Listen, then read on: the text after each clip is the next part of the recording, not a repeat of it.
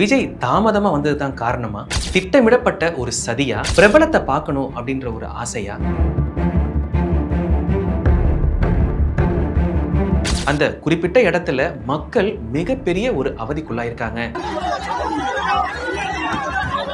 இதற்கு இடையிலேயே விஜய் பேசும் பொழுது ஒரு செருப்பும் வீசப்படுது. விஜய் பேச்சுல வித்தியாசங்கள் தெரிஞ்சதை காண முடிஞ்சது. நல்லதே நடக்கும், வெற்றி நிச்சயம். விஜய் காண வந்த ரசிகர்கள் பல பேருடைய சட்டைகளை பின்புறம் கிழிக்கப்பட்டதா ரசிகர்கள் குற்றம் தெரிவிக்கிறாங்க. நிறைய பேருக்கு சட்டையில கத்திய வச்சு கிழிச்சிருக்காங்க. அது எப்படி சொல்லி வச்ச மாதிரி செந்தில் பாலாஜி, அமைச்சர்கள், செய்தியாளர்கள் எப்படி அந்த இடத்துக்கு வர முடியும்?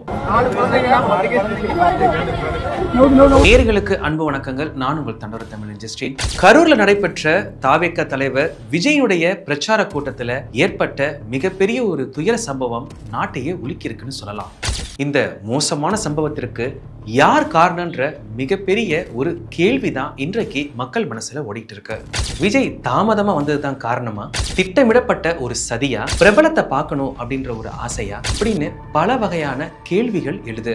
சரி, இப்ப இந்த விஷயத்துல என்ன நடந்தது அப்படின்றத ஆரம்பத்துல இருந்து பார்க்கலாம். கடந்த வாரம் தான் இந்த கரூர் நாமக்கல் பகுதியில் விஜய் பிரச்சாரம் மேற்கொள்வாரு அப்படின்ற திட்டங்கள் தீட்டப்பட்டது. விஜய் சனிக்கிழமை காலையில 8:45க்கு நாமக்கல்ல பேசுவாருன்னு, மதியம் 12:30க்கு கரூர்ல பேசுவாருன்னு தான் கால அட்டவணை கொடுக்கப்பட்டது. ஆனா விஜய் காலையில சென்னை விமான நிலையத்திலிருந்து புறப்பட்ட நேரமே 8:45 தான். பிறகு நாமக்கல்ல அடைஞ்சு மக்களை சந்திப்புக்கு பிறகு நாமக்கல்ல விஜய் பேசின நேரம் மதியம் 2:30. இதன் பிறகு விஜய் கரூருக்கு புறப்பட்டு செல்றாரு. ஏற்கனவே கரூர்ல பேசுவதாக கொடுக்கப்பட்ட நேரம் மதியானம் 12 மணி. ஆனா நாமக்கல்ல அவர் பேசும் பொழுது மணி 2:30. இதன் பிறகுதான் கரூருக்கே அவர் கிளம்பி செல்றாரு. Light house, roundabout, bus stand, market இது மாதிரியான பகுதிகளில் அனுமதி கோரப்படுது. ஆனா வேலுச்சாமிபுரம் சாலையில தான் காவல்துறையினர் அனுமதி கொடுக்கறாங்க. மதியானம் 12 மணிக்கு பேச வேண்டியது இரவு 7 மணி ஆச்சு.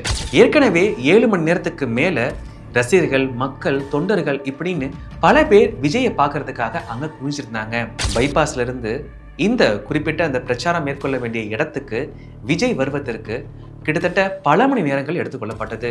ஒரு 800 மீட்டர் ஒரு தொலைவில் உள்ள இடத்தை கடக்கிறதுக்கு கிட்டத்தட்ட 3 to 4 மணி நேரம் ஆயிருக்குங்க. அந்த இடத்த விஜய் வேன் நெருங்கி வர வர பார்த்தீங்கன்னா ஒரு மிகப்பெரிய ஒரு அலை ஏற்படுறதை கூட நம்ம பார்க்க முடியும். மூச்சு விரத்துக்கு கூட ரொம்பவும் ஒரு நெருக்கடியான இடத்தை தான் நம்ம கண்களில் பார்க்க முடியுது. விஜய் ரசிகர்கள், தொண்டர்கள் மட்டும் கிடையாது, மாலை வேலைகள் அப்படின்றதுனால குடும்பத்தை சேர்ந்த பெண்கள், குழந்தைகள் இப்படி பல பேர் அந்த இடத்துல வந்திருந்தாங்க. நிறைய பேர் வேலையை விட்டு செல்லும் பொழுது சரி விஜயை பார்த்துட்டு போலாம் அப்படின்ற பல பேர் அந்த இடத்தை வந்ததாக சொல்லப்படுது. இங்கே ரசிகருடைய கூட்டத்தை விட பொதுமக்களுடைய கூட்டம் தான் ரொம்ப அதிகமாக இருந்திருக்கு. இதற்கு இடையிலேயே கூட்ட நெரிசல் ரொம்ப அதிகமாக இருக்கு. ஸோ ஹைவேலே பேசிட்டு போலாம் அப்படின்ற ஒரு ஆலோசனையும் தாவேகாவினர் எடுக்கப்பட்டதாக சொல்லப்படுது. இது ஒரு 30 to 40 அடி ஒரு நீண்ட சாலையாக இருக்குது. பக்கவாட்டில் பிரிஞ்சு செல்றதுக்கு தெருக்கள் பெரும்பாலும் காணப்படலை. அந்த குறிப்பிட்ட இடத்துல மக்கள் மிகப்பெரிய ஒரு அவதிக்குள்ளாயிருக்காங்க. விஜய் அந்த இடத்தை அடைஞ்சு பேச ஆரம்பிக்கும் பொழுது முதல்ல காவல்துறைக்கு தான் நன்றி தெரிவிக்கிறாரு. விஜய் வேனுக்கு அருகில ஒருத்தர் மயக்கம் அடைகிறாங்க. இதை பார்த்த விஜய் மைக்கிலேயே அவருக்கு ஏதாவது உதவி செய்யணும் முயற்சி செய்யறதை நம்ம பார்க்க முடியுது. அங்க இருக்கக்கூடியவங்களுக்கு வாட்டர் பாட்டில் மூலியமாக தண்ணி கொடுக்கப்படுது. இந்த சம்பவம் நடக்கும் பொழுது பாத்தீங்கன்னா அந்த இடத்துல பவர் கட் ஆனதை நம்ம தெல்ல தெளிவா பார்க்க முடியும். ஒரு சிறிது நேர சலசலப்புக்கு பிறகு விஜய் பேச ஆரம்பிக்கிறாரு. விஜய் பேச ஆரம்பிக்கும் பொழுது அங்க சில ஆம்புலன்ஸுக்கு வரதையும் பார்க்க முடியுது. ஆம்புலன்ஸுக்கு வழிவிடுங்க, அது செல்றதுக்கு உதவுங்க அப்படின்றத விஜய் மைக்கில் சொல்றதையும் காண முடியுது. இதற்கு இடையிலேயே விஜய் பேசும் பொழுது ஒரு செருப்பும் வீசப்படுது. அதன் பிறகு விஜய் பேச ஆரம்பிக்கிறாரு.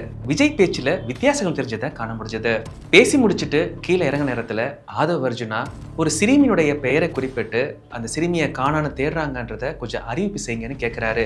உடனே விஜய் அவர்களும் மைக்கில் அறிவிப்பு செய்யறாரு. அதன் பிறகு அந்த கூட்டம் முடிவடையுது. விஜய் அந்த இடத்தை விட்டு கிளம்பிடுறாரு. விஜயினுடைய பிரச்சாரங்களை செய்திகள் வழியா பார்த்தவங்களுக்கு இதன் பிறகுதான் மிகப்பெரிய ஒரு அதிர்ச்சி காத்திருந்தது. கூட்ட நெரிசல்ல சிக்கி பல பேர் உயிரிழந்துட்டாங்க, பல பேர் போராடுறாங்க அப்படின்ற ஒரு செய்தி தான். இதுவரைக்கும் 9 குழந்தைகள், 16 பெண்கள் உட்பட விஜய் இந்த பிரச்சார கூட்டத்துல மூச்சு திணறி உயிரிழந்ததாக அறிக்கை வெளியாகியிருக்கு. விஜய் ஆரம்பத்திலையும் சரி முடிவிலும் சரி பத்திரிகையாளர்களை தவிர்த்துட்டு செல்றதை தான் காண முடிஞ்சது. இந்த பிரச்சனையில பல சந்தேகங்கள் எழத பார்க்க முடியுது. கடந்த காலங்கள்ல விஜய் மாநாட்டிலையும் சரி, மக்கள் சந்திப்பிலையும் சரி, மிகப்பெரிய ஒரு மக்கள் கூட்டம் கூடினதை எல்லாராலையும் பார்க்க முடிஞ்சது. அப்படி இருக்கும் பொழுது காவல்துறை தான் உரிய நடவடிக்கை எடுக்கலன்னு குற்றம் சாட்டப்படுது. தாவேக தரப்பினர் தாங்கள் கேட்ட இடத்தை கொடுக்கல, அது மட்டும் இல்லாம காவல்துறை குறிப்பிட்ட எண்ணிக்கையில தங்களுக்கு பாதுகாப்பு கொடுக்கலன்ற குற்றச்சாட்டையும் முன் வச்சிருக்காங்க.